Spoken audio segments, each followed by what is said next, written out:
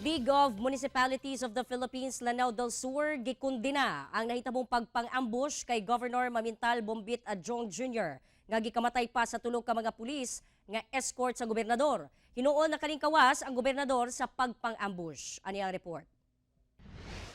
Nahitabo ang pagpang-ambush kang Lanao del Sur Governor ug mga escort niini Biyernes sa hapon sa Provincial Road sa Barangay Bato-Bato maging Lanao del Sur.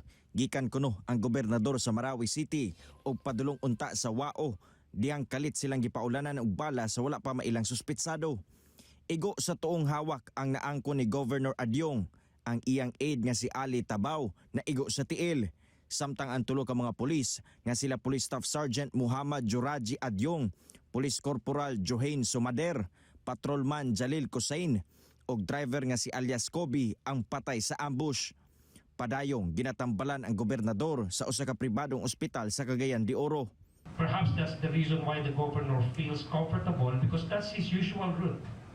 Kasi wala nga talaga siyang kaaway sa politika, no?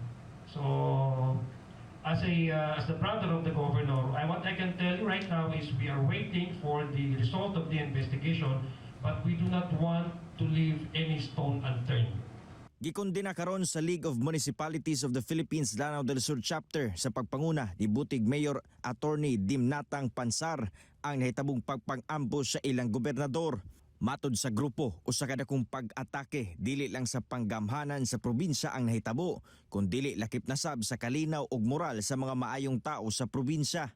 We call upon the national government to immediately convene the peace mechanism composed of the armed forces of the Philippines and members of the MILF to help in the identification and ultimate arrest of the perpetrators and achieve justice for all the victims and their family. Sa karon, naghimo na og Special Investigation Task Force ang PNP BAR aron tutukan ang posibleng motibo sa nahitabong insidente. We are, sabi nga nila, we are a government of laws. So meron tayong mga batas na dapat ipairal.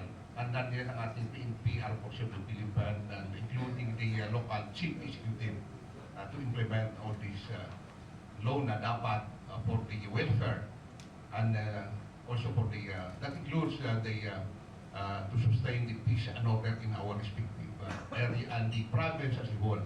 Kauban si Makoy Sempron sa kamera. Ako, si Cyril Chavez para sa At Home with GMA Regional TV.